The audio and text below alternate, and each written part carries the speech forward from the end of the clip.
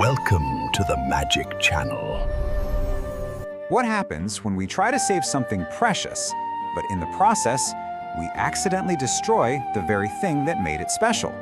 Today, we're diving into a really beautiful poem about a sacred statue, its journey from its ancient home to a museum, and the big, complicated questions that this journey raises about how we protect our history. So let's just jump right in. Wow. I mean, right away, you get this incredible sense that we're not just talking about a rock in a field, are we? The poem calls it a breathing land. The dust kissed his feet. The wind obeyed his will. The statue isn't just an object, it's a living, breathing part of the world around it. Okay, so this first section is all about exploring what life was like for the statue in this original sacred space. You know, long before anyone ever thought about putting it behind glass. Just try to picture this. The statue isn't sitting under some harsh, artificial spotlight. Nope, it's literally crowned by the moonlight.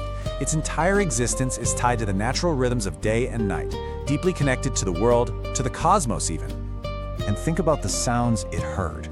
It wasn't the quiet shuffle of footsteps on a polished floor. The soundtrack to its life was birdsong. It's like nature itself was paying its respects every single morning, and that is such a powerful, stark contrast to the sterile silence that's waiting for it. So who was protecting it? You might think something this valuable needs guards, right? Alarms? A big glass case? But no. Its guardians were the sun and the rain, the stars, the very elements that created the land it sat on. It was safe for one simple reason. It belonged there. All right, so we have this perfect, serene picture. But as you could probably guess, that's all about to change. And it all starts with one single decision. A decision made with the best of intentions, to save the statue. Now this is so important. The poem doesn't paint the people who moved it as villains, not at all. It says they had careful hands and measured thought. The goal here was noble, to preserve it, to save it from harm. But listen to that phrasing again. They lifted peace from ancient ground. Wow, that tells you everything. They didn't just move a statue. And this line, it just hits you right in the gut. It captures the entire dramatic shift in one perfect phrase, from living dust to polished floors. That's the whole journey, the whole loss of context, right there. A journey from a sacred, living world to a cold, sterile, man-made one. So, the statue is now safe.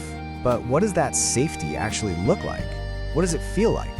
Well, the poem paints a pretty stark and lonely picture of its new life. And this is its new reality. It stands by a guarded door. It has a little label telling you its name, like an item in a catalog. The lights are always on, always bright, and the silence is neat. What a word for silence. Everything is controlled, cataloged, and clean. Yeah, it's preserved, it's protected, but the poem is basically screaming at us that its soul, its very essence, is gone. This comparison just lays it all out, doesn't it? I mean, look at this. You go from a breathing land to polished floors, from birdsong and wind to what the poem calls feared footsteps. Its guardians go from being the sun and stars to just a locked door, and the human experience shifts from pilgrim tears, real emotional connection, to that neat silence. The form was saved, but the essence was lost. Now, to really give a voice to this loss, the poem does something amazing. It introduces a goddess, someone sworn to watch over the statue, and it's through her eyes that we really begin to understand the true cost of this safety. Her very first question just cuts right to the bone. She doesn't see a sanctuary or a museum. She calls it a careful cage, a prison. It's as if the statue is being punished for the crime of being precious. And here it is, the central paradox of the whole poem. How can an act of saving something feel like putting it in chains? It forces us to ask, what does preservation even mean?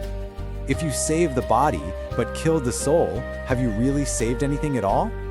And then the goddess offers this really poignant practical thought.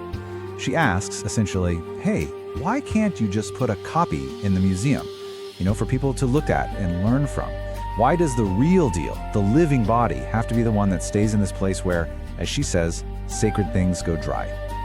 All of this questioning from the goddess, this lament, it all leads us right to the poem's central message, its big idea about peace, truth, and what it means for something to be sacred.